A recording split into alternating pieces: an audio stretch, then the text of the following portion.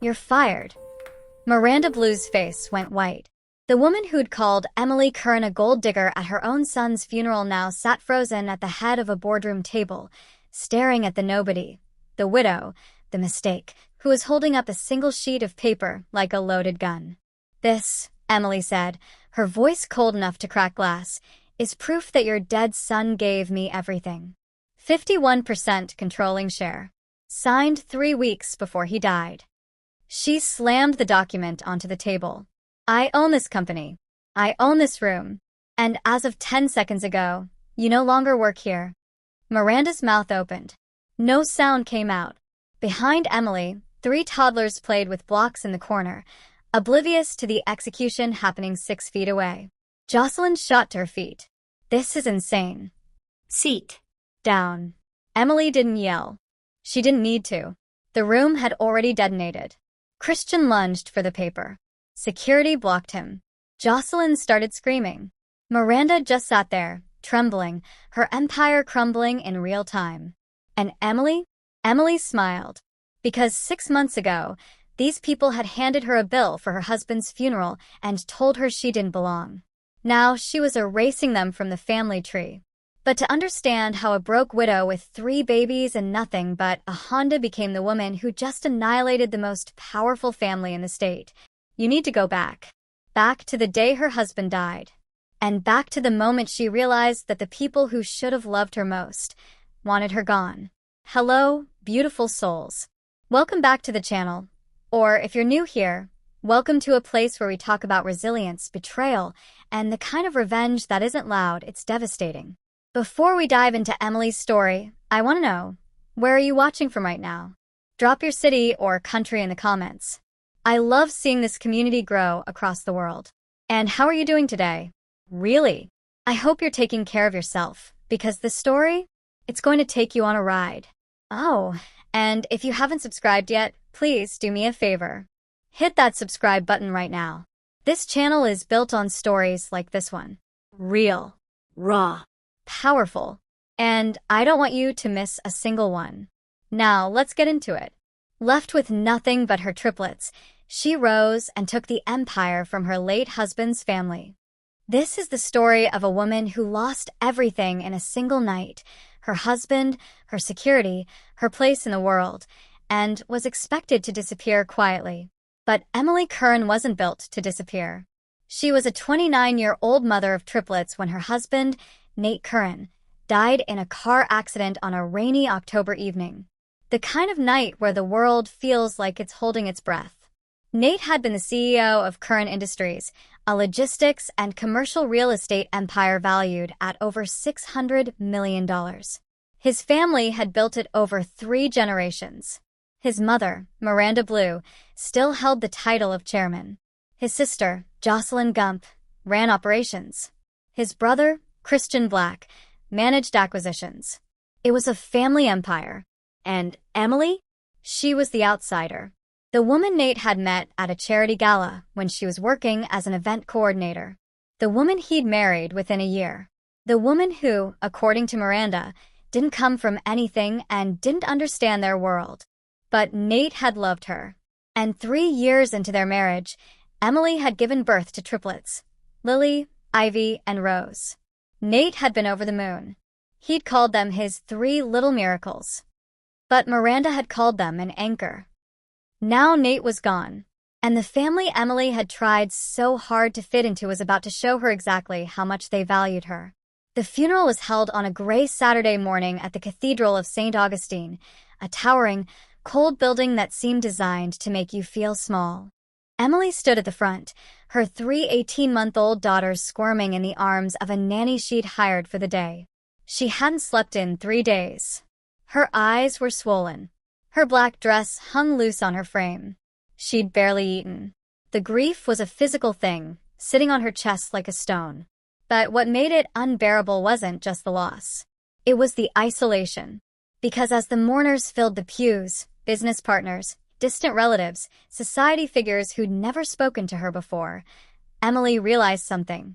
No one was sitting with her. Nate's family sat in the first row. Miranda in the center, dressed in elegant black with a veil. Jocelyn to her left, dabbing at her eyes with a silk handkerchief. Christian to her right, stiff and stoic. There was space beside them, but Emily had been placed in the second row. Behind them, like a guest. She felt the eyes on her back. The whispers. Poor thing. She must be devastated. I wonder what she'll do now. The service began. The priest spoke about Nate's generosity, his vision, his legacy. Miranda gave a eulogy. Her voice trembled with emotion as she spoke about her darling boy, about his brilliance, his kindness, his love for his family. She didn't mention Emily. She didn't mention the triplets. When it was over, the mourners moved to the reception hall, a private estate the family owned in the hills. Emily carried Lily on her hip, Ivy holding her hand, Rose in the nanny's arms. She walked into the hall and saw the receiving line. Miranda, Jocelyn, Christian, accepting condolences, receiving sympathy, playing the grieving family. Emily approached, her heart pounding. Miranda, she whispered. Miranda turned, her eyes cold and glassy. Emily, thank you for coming. Thank you for coming. As if Emily were a guest at her own husband's funeral. Jocelyn touched Miranda's arm. Mother, we should greet the Winstons. They've been waiting. Miranda nodded and turned away. Emily stood there, frozen. A waiter passed by with champagne. Someone laughed softly in the corner. And then Jocelyn leaned in close, her voice just loud enough for Emily to hear. By the way, we'll need you to cover the catering bill. The funeral was $40,000. I'll send you the invoice. Emily blinked. What? Jocelyn's smile was thin. Well, you are his wife. Technically. Technically? Widow, Jocelyn corrected. You're his widow now. She walked away. Emily felt the air leave her lungs. Behind her, Rose started to cry. 3 days after the funeral, Emily received a call from the family attorney. Mrs. Curran will be reading Nate's will on Friday, 10 a.m. at the firm. I'll be there, Emily said. She arrived early, the triplets with a babysitter for the first time since Nate's death. She'd dressed carefully, a navy blouse, black slacks. She wanted to look composed. The law office was sleek and modern, all glass and steel. Miranda, Jocelyn, and Christian were already seated in the conference room. They didn't greet her. The lawyer, a man named Nigel Waters, cleared his throat. Thank you all for coming. I know this is a difficult time. He opened a folder. Nathaniel Curran's estate is valued at approximately $85 million in liquid and non-liquid assets. This includes his personal investments, properties, and a $15 million life insurance policy. Emily's breath caught. She hadn't even thought about money. She'd been too consumed by grief. But now, sitting in this cold room, reality crashed over her. She had 3 children, no income, no savings of her own. Nate had always taken care of everything. Nigel continued. To his mother, Miranda Blue, Nate leaves his shares in the family trust, 30%, valued at approximately $180 million within the company. Miranda nodded, unsurprised. To his sister, Jocelyn Gump, he leaves his property in Montauk and his art collection. Jocelyn smiled. To his brother, Christian Black, he leaves his stake in the Chicago Development Project. Christian leaned back in his chair. And to his wife, Emily Curran. Emily's heart pounded. He leaves his personal residence, jointly owned, and a trust fund for his 3 daughters in the amount of $10 million to be distributed upon their 25th birthdays. Silence. Emily stared. That's it. Nigel looked uncomfortable.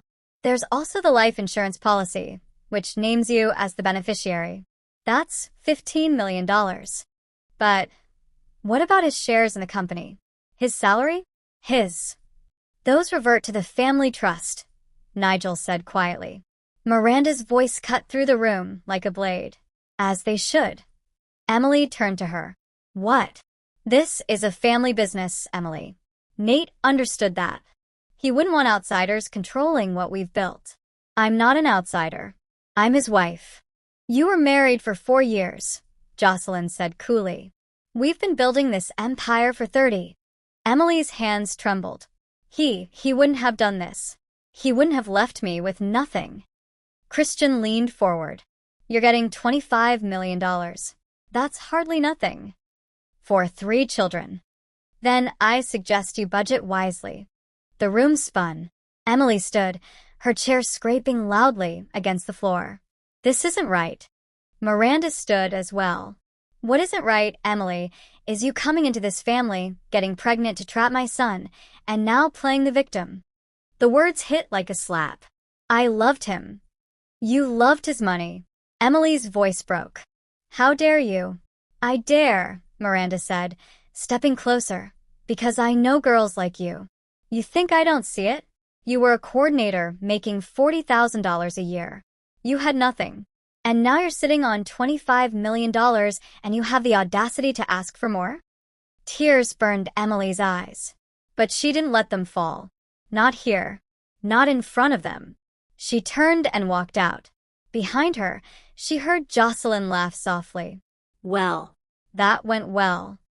2 weeks later, Emily received a text. From Jocelyn. Family gathering this Sunday. Noon. Mother's estate. Emily's chest tightened. A family gathering. The first one since Nate's death. She wanted to believe it was an olive branch. Maybe they were trying. Maybe, in their grief, they'd lashed out, but now they wanted to heal. Emily dressed the triplets in matching lavender dresses. She brought a homemade apple pie, Nate's favorite. She arrived at Miranda's estate at 11:55 a.m. The house was massive, a sprawling Georgian manor with manicured gardens and a fountain in the circular driveway. Emily had only been here twice. Once for Christmas. Once for Nate's birthday. Both times, she'd felt like a stranger. She rang the bell. A housekeeper answered. Yes, I'm here for the family gathering. I'm Emily Nates. Oh. The woman's face shifted. I'm sorry, Mrs. Curran. There's no gathering today. Emily frowned. What? The family had brunch this morning. It ended about an hour ago. But I got a text. It said noon. The housekeeper's expression softened with pity. I'm sorry. I think there was a miscommunication. Emily stood there, holding the pie, her daughters fidgeting in the stroller. Can I speak to Miranda? She's resting. Jocelyn. She's gone. Emily's throat tightened. Okay, thank you. She turned and walked back to her car. As she buckled the triplets in, her phone buzzed. A text from Jocelyn. So the typo. We met at 10. You should have confirmed. Emily stared at the message. Her hands shook. She set the pie on the passenger seat and drove home in silence. That night, she didn't cry. She just sat on the floor of the nursery and watched her daughters sleep. And something inside her hardened. The call came 3 weeks after the will reading. Emily was in the kitchen, Lily in a high chair smearing mashed banana across her face, when her phone rang. Unknown number. Hello. Mrs. Curran? This is Nigel Waters. The family attorney.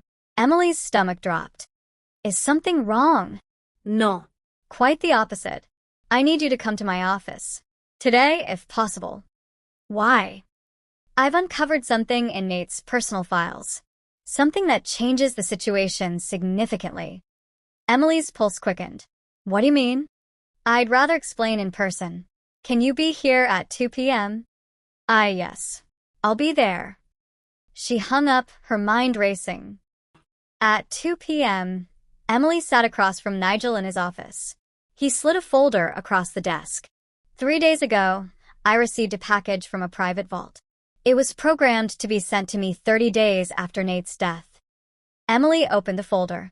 Inside was a handwritten letter. Nate's handwriting. Her breath caught. Read it, Nigel said gently. Emily's hands trembled as she unfolded the paper. Emily, if you're reading this, I'm gone. And I'm so sorry. I don't know how it happened. But I know that if you're sitting in Nigel's office right now, it means the will has been read. And I know my family did exactly what I feared they'd do. They cut you out. I need you to know I didn't write that will. I mean, I signed it, but it was drafted by my mother's attorney years ago, before we even met. I kept meaning to update it. I kept putting it off. That was my failure. And I'm sorry. But I didn't leave you defenseless. 2 months ago, I created a separate trust. One my family doesn't know about. I transferred 51% of my shares in current industries into it. Controlling interest. It's yours, Emily. Not the girls. Yours. The documents are in this folder. Nigel will help you execute them. I know my family. I know how they'll treat you. And I won't let them erase you. You are brilliant. You are strong. And you are the mother of my children. Take what's yours. And don't let them break you. I love you. Always. Nate. Emily's vision blurred with tears. She looked up at Nigel, her voice barely a whisper. This is real. He nodded. Completely legal. Witnessed by 2 independent parties. Filed with the corporate registry. It's airtight. So I control the company. You own 51%. Miranda and the family trust hold the other 49%. But yes. Final say is yours. Emily sat back, her heart pounding. She thought of the funeral, the will reading, the text, the cruel, petty humiliations. They don't know, she said. No. Nate set it up through a shell entity. The shares are listed under Tremont Holdings, LLC. Your name doesn't appear publicly. Emily stared at the letter. At Nate, she dressed in jeans and sweaters. To the outside world, and to the current family, she looked like a woman scraping by on her late husband's life insurance, trying to raise 3 toddlers alone. Struggling. Vulnerable. Exactly what they expected. But behind the scenes, Emily was learning everything. She hired a private financial advisor, someone outside the family's network. She read every quarterly report Current Industries had published in the last 10 years. She studied logistics, acquisitions, corporate governance. She attended a night class on business strategy at a local college, the triplets asleep in the car during lectures, baby monitor clipped to her belt. She was preparing, and the whole time she watched. The first test came 6 weeks after Nate's death. Christian called her. Emily, it's Christian. She'd been washing bottles. Listen, I wanted to check in. See how you're holding up. It was the first time anyone in the family had called her. I'm managing, she said carefully. Good. That's good. A pause. So, I'm calling because, well, Nate had a few personal items in his office. Some watches, cufflinks, a few things. We're cleaning it out. Emily's chest tightened. Oh, yeah. Anyway, there's a Rolex. The one Dad gave him when he turned 30. It's worth about $50,000. Okay. We thought we'd auction it. Donate the proceeds to the company charity fund. You know, in Nate's name. Emily gripped the phone. You want to sell his watch? Well, it's just sitting there. And the charity fund could really use it. Unless, do you want it? It was his father's. Right, which is why we thought the family should decide what to do with it. I'm his wife. His widow, Christian corrected. Look, Emily, I'm not trying to fight. I just thought you'd want to do the right thing. For Nate's legacy. Emily closed her eyes. She wanted to scream. But instead, she said, fine. Auction it. Great. Thanks for understanding. He hung up. Emily stood there, trembling with rage. Then she opened her laptop. She pulled up the company records. The charity fund Christian mentioned? It was a tax write-off shell. Barely 10% of donations ever went to actual causes. The rest? Funneled back into executive bonuses. Emily took a screenshot and saved it. Thanksgiving came. Emily hadn't heard from the family in weeks. She assumed she wouldn't. So she made plans to spend the day quietly with the triplets. Maybe watch a movie. Make a small turkey. But 2 days before Thanksgiving, Jocelyn called. Emily. Her voice was bright. Too bright. Jocelyn. So listen, we're doing Thanksgiving at Mother's. The whole family. And we thought, well, it wouldn't be right not to include you. Emily's heart leapt, despite herself. Really? Of course. You're still part of the family. Technically. There was that word again. Technically. We'd love to have you. And the girls, obviously. 3 p.m. dress is formal. Okay. Thank you. Great. Oh, and can you bring a dessert? We're short on sweets. Sure. Perfect. See you then. Emily hung up, a tiny spark of hope flickering. Maybe this was it. Maybe they were finally letting her in. Thanksgiving Day, Emily dressed the triplets in matching burgundy dresses. She wore a simple black dress, pearls, Nate's last gift to her. She baked a pumpkin cheesecake from scratch. She arrived at Miranda's estate at 2:55 p.m. The circular driveway was full of cars. Expensive ones. A Bentley, a Tesla, a Range Rover. Emily parked her Honda at the far end and carried the cheesecake in one hand, Lily on her hip, Ivy and Rose toddling beside her. She rang the bell. The same housekeeper answered. Her face fell. Oh, Mrs. Curran. I'm here for Thanksgiving. The woman hesitated. Let me get Mrs. Blue. She disappeared. Emily stood on the step, the cold November wind biting at her skin. A moment later, Miranda appeared. She was dressed in cream silk, a string of diamonds at her throat. Behind her, Emily could hear laughter. Voices. The clinking of glasses. Emily, Miranda said. Her tone was ice. Miranda. Jocelyn invited me. I brought dessert. Miranda's eyes flicked to the cheesecake, then back to Emily. I see. A pause. Well, I'm afraid there's been a misunderstanding. Emily's stomach dropped. What? Today's gathering is for family only. I am family. You were married to my son. But Nate is gone. And this is a current family event. Emily felt the world tilt. Jocelyn called me 2 days ago. Miranda's expression didn't change. Jocelyn can be overly inclusive. I'm sorry for the confusion. Behind her, Jocelyn appeared in the hallway, laughing with a man Emily didn't recognize. She saw Emily, and she smirked. Emily's vision blurred. You did this on purpose. Miranda stepped closer, her voice low. What I did, Emily, was protect my family from opportunists.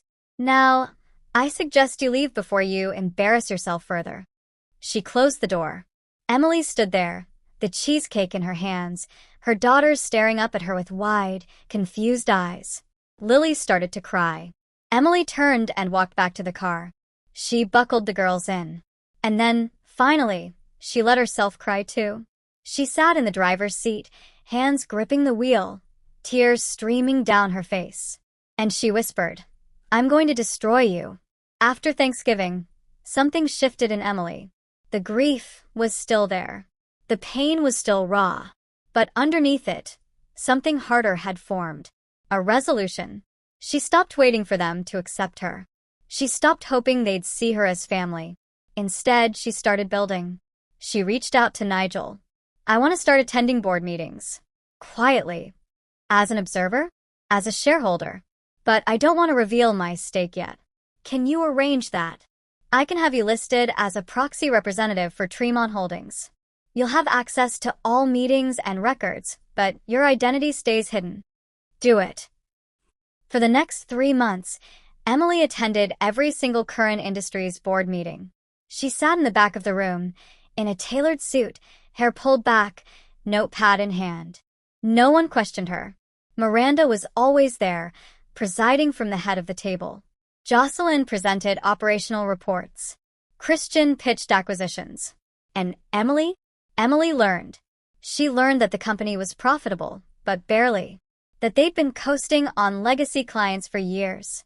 That innovation had stalled. That 3 major contracts were up for renewal in 6 months, and if they lost even one, the company would take a serious hit. She also learned something else. They were sloppy. Expenses were inflated. Executive bonuses were outrageous. Jocelyn had built a $90,000 business trip to Paris that was actually a vacation. Christian had funneled company money into a side real estate deal that was borderline illegal. Miranda had taken a $2 million consulting fee for work she'd never done. Emily documented everything. Every meeting. Every discrepancy. Every shady deal. And she waited. One night, Emily sat in her small kitchen, the triplets asleep upstairs, and opened her laptop. She pulled up the company financials. Then she did something bold. She reached out to a headhunter. I'm looking for a logistics consultant. Someone with experience turning around underperforming companies. Discreet. Someone who can work under the radar. Within a week, she'd hired a man named Terrence Cole, a former VP at a competitor, brilliant and hungry. She paid him out of her own pocket, and she had him start building a strategy, a plan to modernize current industries, to cut the fat, to streamline operations, to win back clients and secure new ones. She didn't tell him who she was, just that she represented a concerned investor. Within 2 months, Terrence had a full proposal, a roadmap to increase profits by 35% within a year. Emily read it cover to cover, and she smiled. It happened on a Tuesday. Emily was at the park with the triplets when her phone rang. Miranda. She almost didn't answer, but curiosity won. Hello. Emily. It's Miranda. I know. A pause. I'm calling because we need to discuss something. It's about the girls. Emily's chest tightened. What about them? Well, as you know, Nate set up a trust for them. $10 million. Yes. We'd like to manage it. Emily stopped walking. What?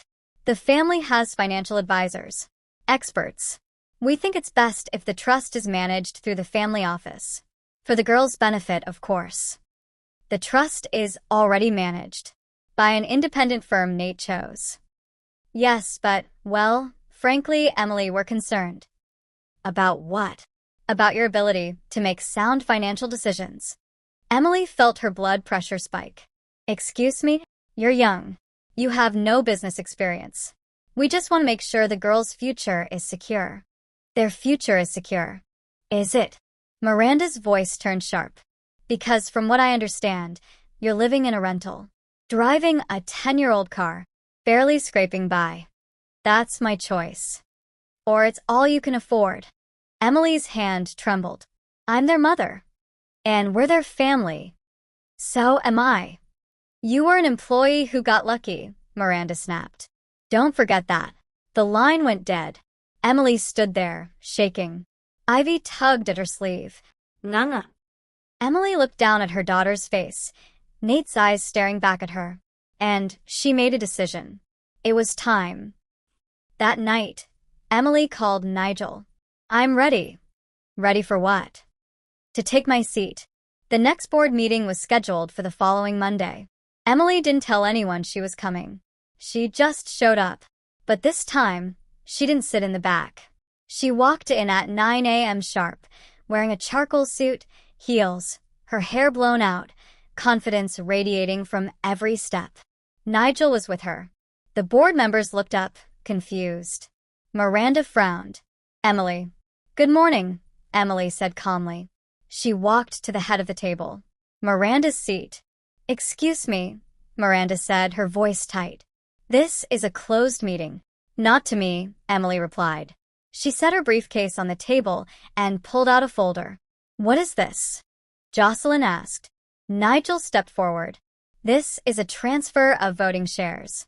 Filed 6 months ago by Nathaniel Curran. 51% controlling interest in Curran Industries transferred to Tremont Holdings, LLC. Christian laughed. What the hell are you talking about? Tremont Holdings, Nigel continued, is a corporate entity wholly owned by Emily Curran.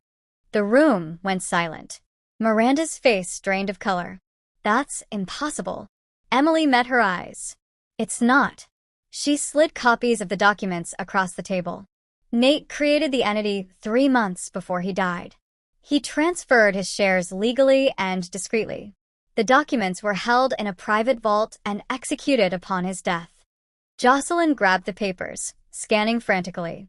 This can't be real. It is, Nigel said. Verified. Notarized. Filed with the state. Mrs. Curran is now the majority shareholder of this company. Christian stood. We'll fight this. You can try, Emily said. But you'll lose. Miranda's voice was a whisper. Why didn't you say anything? Emily's smile was cold. Because I wanted to see who you really were. She opened another folder. Over the last 4 months, I've attended every board meeting as a proxy. I've reviewed every financial report, every expense account, every executive decision. She pulled out a stack of highlighted documents. Jocelyn, your business trip to Paris? That was a vacation.